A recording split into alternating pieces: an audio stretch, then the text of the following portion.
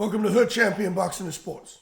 In boxing, you find a way to win or you find a way to lose. Ike Ibeabuchi, at age 51, is back. Now, some of you guys don't even know who he is because you guys just came into boxing in the last 10 years, and you're only aware of guys like, some of you don't even know who the hell Mayweather is. But anyway, this guy, Ike Ibeabuchi, he was on his way. They call him the president from Nigeria. But he was on his way to being the next best thing in the heavyweight division. But you know, man, sometimes these women can bring you down, whether you're guilty or not.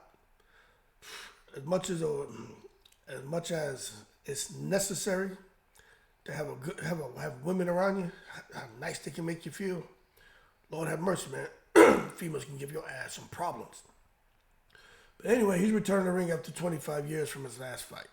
Now, if he's able to return to the ring and get some big wins, possibly a title, he will break George Foreman's record. I don't know. I don't think we need to get ahead of ourselves here. But he was 20-0 with 15 knockouts. And the two fights most people remember is when he fought David Tua. And I think they still hold a record for the most punches thrown by heavyweights. Two heavy hitters just going at it, man.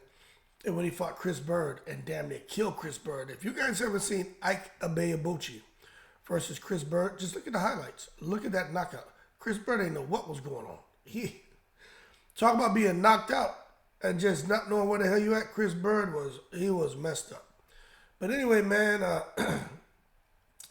after that, man, he had to spend some years in prison, which is real unfortunate, man, because he spent 16 years for sexual misconduct. Now, I'm going to tell you this. I know somebody here, Nigerian fella. The Nigerian fella here I know boxed for Nigeria in the Olympics. I know him. We were talking about Ike Ibeabuchi one day. And I was like, yeah, Ike Ibeabuchi. I was like, I remember him. Because I was talking about David Izon. Because I was in the gym with David Izon one time. And I was talking about David Izon was kind of wild and shit. The stuff he was saying about girls in this gym. Big old, it was a boxing match taking place. I was supposed to fight that day. And I'm sitting in the stands, and he's behind me. And he's just saying, you know, the P word, the P word. I love the P word. And, you know, all the girls in the stands, look at all these girls, and I want the P word. But he was loud. And I was like, yo, this dude is wild. They had to come over and ask him to quiet down. Now, David Izon, he got knocked out by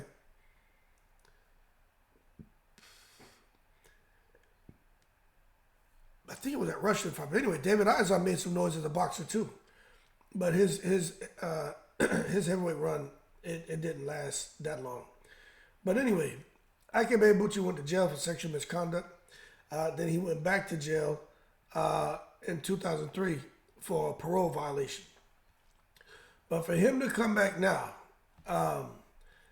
and to try to recapture some of that glory that he had back in the day, I don't know how easy it's going to be, but he's going to try to get it done. Now, he's facing an Egyptian, a guy named Ayman Farouk Abbas, who's four wins, 10 losses with 1 KO.